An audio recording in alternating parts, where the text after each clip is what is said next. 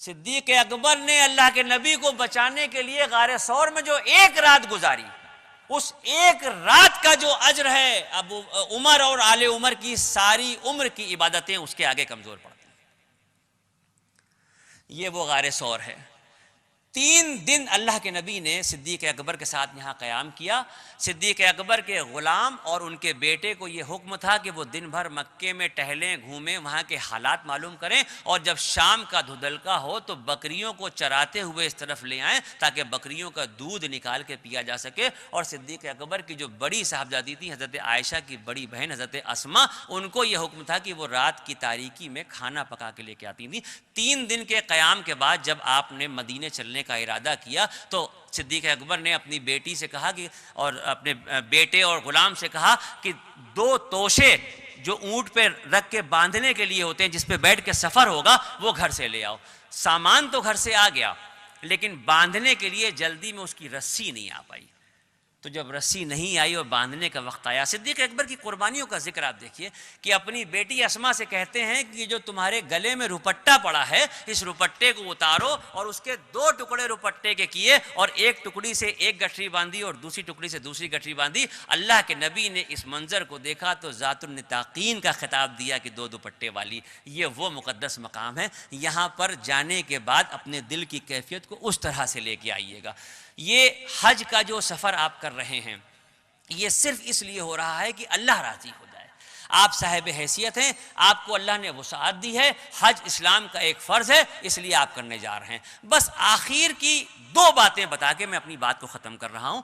کوفے کی بستی میں ربی ابن سلیمان نام کے ایک صاحب رہتے تھے۔ پیسہ بہت دنوں کے بعد جوڑ کے جب ان کا جمع ہو گیا کہ اب وہ حج کرنے جائیں، تو ربی ابن سلیمان نے جب حج کا موقع آیا تو اس پیسے کو لے کے گھر سے نکلے خریداری کرنے کے لیے۔ کوفے کے اور لوگ بھی بازار میں گئے خریداری کرنے کے لیے۔ جب یہ خریداری کے ارادے سے بازار میں پہنچے تو انہوں نے دیکھا کہ بازار میں کنارے کی طرف ایک کوڑے کا ڈھیر لگا ہے، اس کوڑے کے ڈھیر پہ ایک مرا ہوا گدھا پڑا ہے، اور ایک بوڑھی عورت اس مرے ہوئے گدھے کا گوشت کاٹ رہی ہے۔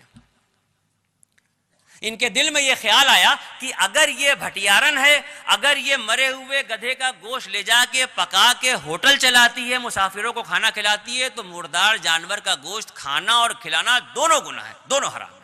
اور اگر یہ بات نہیں ہے تو پھر یہ مرے ہوئے جانور کا گوشت کیوں کاٹ رہی ہے؟ خاموشی سے آہستہ آہستہ اس بوڑھی عورت کے پیچھے پیچھے چل دی ہے، اور جب اس کے گھر پہنچے تو گھر کا منظر یہ تھا کہ اس عورت کے شوہر کا انتقال ہو چکا تھا، 4 بچیاں اس کے گھر میں تھیں جو کام کرنے کے لائق نہیں تھیں، اور وہ گھر 3 دن کے فاقوں سے گزر رہا تھا۔ اس بوڑھی عورت نے مرے ہوئے گدھے کا گوشت اس لیے کاٹ لیا تھا کہ اس گوشت کو پکا کے بچوں کی بھوک مٹا سکے، کیونکہ 3 دن سے گھر میں فاقہ تھا۔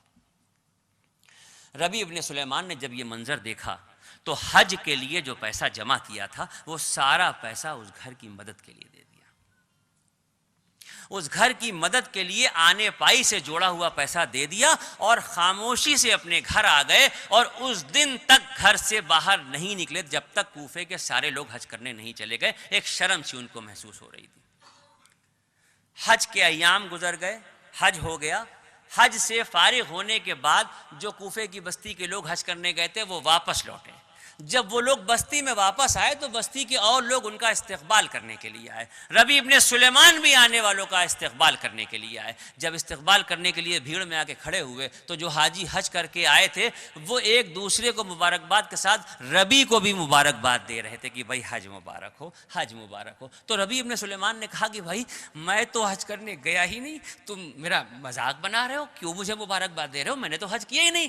تو ساتھیوں نے کہا کہ ابھی حج کر کے لوٹے ہو اور ابھی سے جھوٹ بولنا شروع کر دیا، مذاق نہ کرو یار، تم نے میرے ساتھ حج کیا، مینا میں تم میرے ساتھ تھے، عرفات میں تم میرے ساتھ تھے، طواف تم نے میرے ساتھ کیا۔ وہ کہنے لگے نہیں بھائی تم لوگوں کو کچھ غلط فہمی ہوئی ہوگی، میں حج کرنے نہیں گیا۔ ایک ساتھی آگے بڑھا، اس نے کہا بہت مذاق کر لیا، ہم لوگ سفر کے تھکے ہیں، اپنے اپنے گھروں میں جا کے آرام کریں گے، یہ مذاق بند کرو اور یہ پکڑو اپنی تھیلی۔ کہنے کہ کیسی تھیلی؟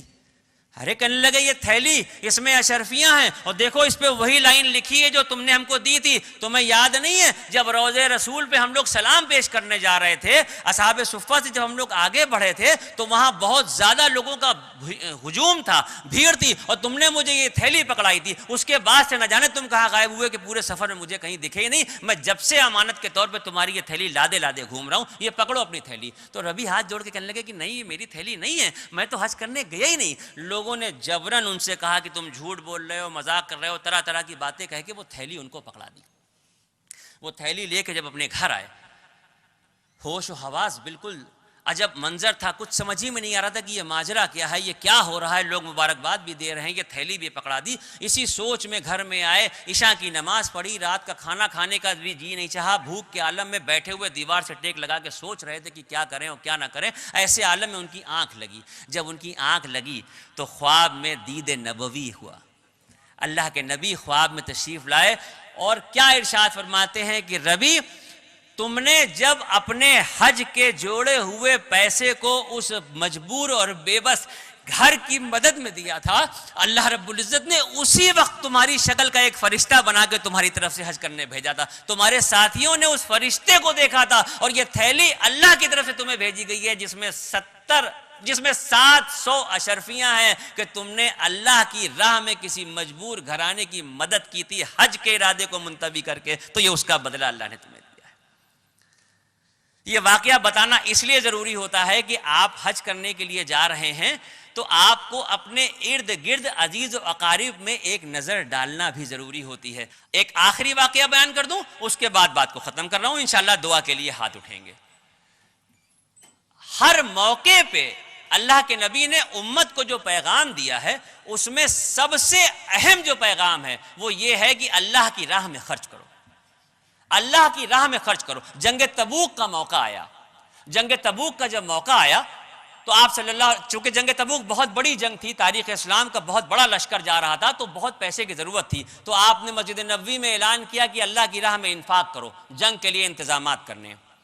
مسجد نبوی کے صحن میں جس سے جو پڑا وہ لے آیا، جس کے گھر میں جو تھا، جو جتنا حصہ لا سکتا تھا، جس سے جو بن پڑا، بہرحال ایک ڈھیر سا لگنا شروع ہوا۔ اس کے بعد کچھ دیر میں حضرت عمر اور حضرت ابو بکر ایک ساتھ تشریف لائے۔ حضرت عمر ہمیشہ سے اس کوشش میں رہتے تھے کہ زندگی میں کوئی موقع ایسا آئے جب میں صدیق اکبر سے آگے نکل جاؤں، کوئی ایسا کام کروں، کوئی ایسا عمل کروں کہ جس سے میں صدیق اکبر کے آگے نکل جاؤں، اس کوشش میں ہمیشہ رہتے تھے۔ اچھا، صدیق اکبر کا معاملہ کیا تھا؟ انہوں نے مکی زندگی میں جب اسلام قبول کیا ہے تو 45,000 درہم ان کا ورکنگ کیپٹل تھا، 45,000 درہم ان کا ورکنگ کیپٹل تھا، اور اسلام قبول کرنے کے بعد اللہ کے نام پہ اللہ کی راہ میں خرچ کرتے کرتے جب مدینہ پہنچے ہیں اور مسجد نبوی کی زمین 10 دینار میں خریدنے کا وقت آیا ہے تو 45,000 میں سے 41,000 اللہ راہ میں خرچ کر چکے تھے، ورکنگ کیپٹل کے نام پہ صرف 4,000 بچا تھا، باقی سب اللہ راہ میں خرچ کر دیا تھا۔ تو جب یہ تبوک کا موقع آیا تو اس وقت حضرت ابو بکر کا کاروبار تھوڑا ہلکا ہو گیا تھا کیونکہ سب اللہ راہ میں خرچ کر چکے تھے۔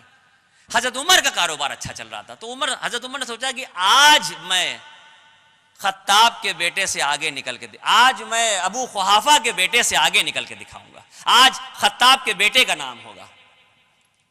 اور وہاں دونوں ایک ساتھ تشریف لائے، تو جب دونوں ایک ساتھ تشریف لائے تو اللہ اور اللہ کے رسول، قربان جائیے، اللہ کے رسول کو کچھ بتانے کی ضرورت تو ہے ہی نہیں، وہ تو دلوں کا حال جانتے ہیں، وہ تو نیتوں کا حال جانتے ہیں۔ مختصر سی ایک بات سمجھ لیجئے کہ ایک آدمی کے پاس 2 روپے ہیں اور جس کے پاس صرف 2 روپے ہیں اس نے 1 روپیہ اللہ کی راہ میں خرچ کر دیا، اور ایک آدمی کے پاس 1 کروڑ روپیہ ہے اس نے 1 لاکھ روپیہ اللہ کی راہ میں خرچ کر دیا، لیکن اللہ کی بارگاہ میں 1 کروڑ والے نے 10% خرچ کیا اور 2 روپے والے نے 50% اللہ کی راہ میں دے دیا۔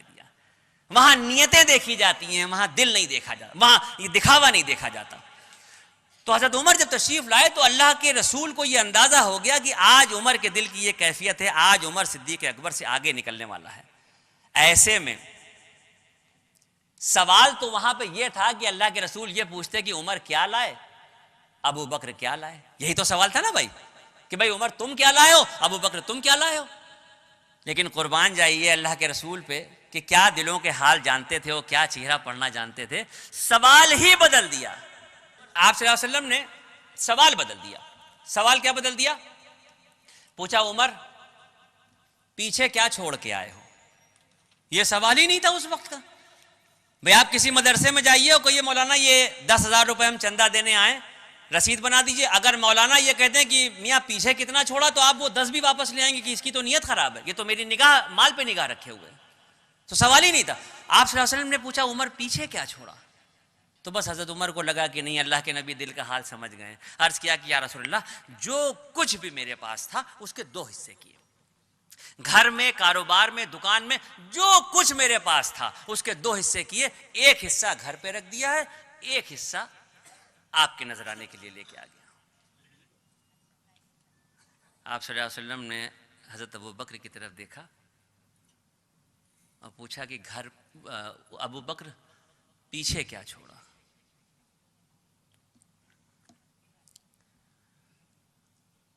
حضرت ابو بکر کا جو جواب تھا, جب اللہ کے نبی نے پوچھا کہ ابو بکر پیچھے کیا چھوڑا, تو کہا یا رسول اللہ جو کچھ میرے پاس تھا سب لے آئے, گھر میں اللہ اور اس کا رسول چھوڑا. کہا یا رسول اللہ جو کچھ میرے پاس تھا سب لے آئے, گھر میں اللہ اور اس کا رسول چھوڑا. اس کے بعد جسم کے کپڑے اتارے اور وہ کپڑے بھی دے دیے, اور ایک ٹاٹ پڑا ہوا تھا, ٹاٹ کا بورا پڑا ہوا تھا, کھلا ہوا ٹاٹ پڑا ہوا تھا, اس کو ایسے سر سے اوپر سے پہنا, اور کانٹے پڑے ہوئے تھے تو کانٹے سے اس کو کنارے سے سی لیا. تن کے کپڑے بھی اللہ راہ میں دے دیے. حضرت جبرائیل تشریف لے آئے. حضرت جبرائیل نے اللہ کے رسول سے عرض کیا کہ یا رسول اللہ یہ ابو بکر نے ٹاٹ کیوں پہنا ہوا ہے؟ اللہ کے نبی نے ارشاد فرمایا کہ ابو بکر جبرائیل تشریف لائے ہیں, اللہ کا سلام کہہ رہے ہیں, اب پوچھ رہے ہیں کہ تم نے یہ ٹاٹ کیوں پہنا ہوا ہے. تو حضرت ابو بکر کہتے ہیں کہ اللہ کا قرب حاصل کرنے کے لیے جو کچھ میرے پاس تھا وہ دے دیا تھا, جسم کے کپڑے بچے تھے وہ بھی دے دیے ہیں, بس اللہ کی بارگاہ میں یہ قبول ہو جائے, اللہ کا قرب حاصل ہو جائے. تو حضرت جبرائیل کہتے ہیں یا رسول اللہ, اللہ پاک پوچھ رہے ہیں کہ پوچھئے جبرائیل سے کہ اس عمل میں مجھ سے راضی تو ہے؟ وہ اللہ جو پوری دنیا سے کہہ رہا ہے کہ مجھے راضی کرو, مجھے راضی کرو, آپ حج کرنے اس لیے جا رہے ہیں کہ اللہ راضی ہو جائے, اور وہاں اللہ پاک پوچھ رہے ہیں کہ ابو بکر سے پوچھئے کہ اس عمل میں مجھ سے راضی تو ہے.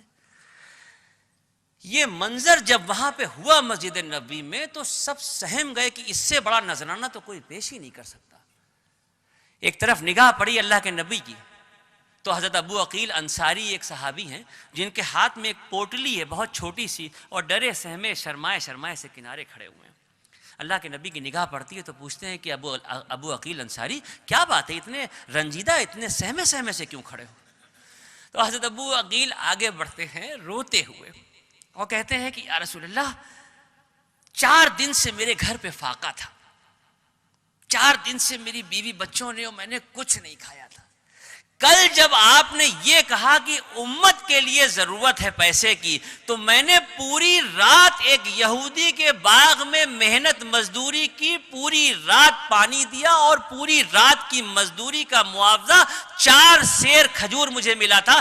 2 سیر کھجور میں اپنے بھوکے بیوی بچوں کے لیے گھر پہ چھوڑ آیا, اور 2 سیر کھجور یہ آپ کے نذرانے کے لیے لایا ہوں. لیکن یہاں تو ایسے نذرانے پیش ہو رہے ہیں, یہ 2 سیر کھجور کی کیا بساط. آپ سوچ کے دیکھیں کہ جس کے گھر میں 4 دن سے فاقہ ہو, 4 دن سے جس کے معصوم بچوں کی زبان پہ کچھ نہ گیا ہو, وہ رات بھر مزدوری کرنے کے بعد اگر 4 سیر کھجور معاوضے میں لا رہا ہے تو 2 سیر بچوں کو دے رہا ہے, اور 2 سیر اللہ کی راہ میں خرچ کرنے کے لیے لے کے آ رہا ہے. آپ صلی اللہ علیہ وسلم نے ان کے دل کی جب اس کیفیت کو دیکھی تو وہ پوٹلی ہاتھ میں لی, اور پوٹلی ہاتھ میں لینے کے بعد ایسے کھولی, اور جو سامان لوگ لے کے آئے تھے جو دیا تھا وہ اس کے اوپر ایسے یوں اچھال دی, اور جب پوٹلی ایسے اچھالی تو کھجور یہاں سے وہاں تک پھیل گئے. تو مسکرا کے ابو عقیل کو دیکھا کہ رنجیدہ کیوں ہوتے ہو, تمہارے لائے ہوئے کھجور تو یہاں سے وہاں تک پھیلے ہوئے. یہ حوصلہ افزائی تھی اور یہ عزت افزائی تھی اور یہ جذبہ تھا صحابہ کرام کا جان نچھاور کر دینے.